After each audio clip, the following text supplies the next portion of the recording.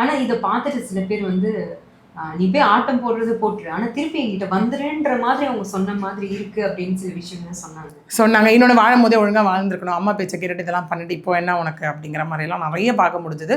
ஃபைனலா அவங்க முடிச்ச விஷயம் இதுதான். ஒரு அம்மாவா நான் பேசுறேன், என் குழந்தைங்களுக்கு ஒரு அப்பா வேணுன்ற மாதிரி முடிச்சிருந்தாங்க.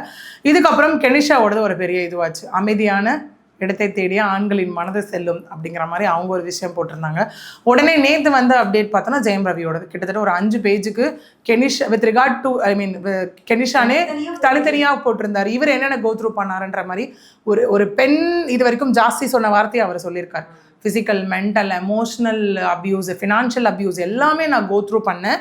ஓகே, இது எல்லாருமே சொல்கிற ஒரு விஷயம் தான். என்னென்னா ஃபினான்ஷியல் கண்ட்ரோல் ஃபுல்லாக அவங்கக்கிட்ட தான். ப்ளஸ் வந்துட்டு அவங்க ப்ரொடக்ஷனில் தான் நிறைய மூவி நடித்தார். அவங்க தான் எந்த மூவியில் சைன் பண்ணணும்னு சொல்லணும். இந்த மாதிரி 15 வருஷம் 16 வருஷம் வாழ்க்கையை நான் வந்து இழந்துட்டேன். ஒரு கட்டத்துக்கு மேலே எனக்கு பீஸ் முக்கியம்னு தோணுச்சு.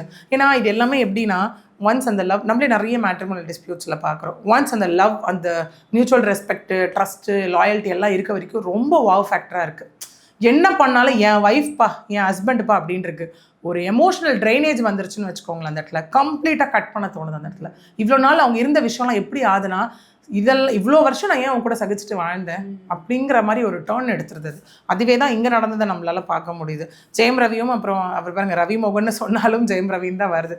அப்புறம் அவருமே அந்த இடத்துல என்ன சொல்லியிருந்தாரு அப்படின்னா, இவங்க குழந்தைய பற்றி பேசுகிறாங்க, பட் குழந்தைங்களை எங்கே போனாலும் கூட பவுன்சஸோட தான் குழந்தைங்க போகிறாங்க, குழந்தைங்க பார்க்க கூட விடலை. ப்ளஸ் குழந்தைங்களுக்கு ஒரு கார் ஆக்சிடென்ட் ஆனதே எனக்கு தெரியாது, ரிலேட்டிவ்ஸ் சொன்னதை வச்சு தான் எனக்கு தெரியும் அப்படிங்கிற மாதிரியெல்லாம் அவங்க சொல்லிவிட்டு, நான் என்றைக்கு அந்த வீட்டை விட்டு நைட் சூட்டோட வெளியில் வந்தனும், கையில் ஒரு ரூபா இல்லாமல், பர்ஸ் இல்லாமல், ஒரு கார் எதுவுமே இல்லாமல் வந்தனும். ஏன்னா அதுக்கப்புறம் கூட சொல்லப்பட்டுச்சு ஜெயம் ரவி ரொம்ப நார்மல் கார் யூஸ் பண்ணுறாரு, கோர்ட்டுக்கெல்லாம் அப்படி வந்தார் அப்படிங்கிற மாதிரியெல்லாம்.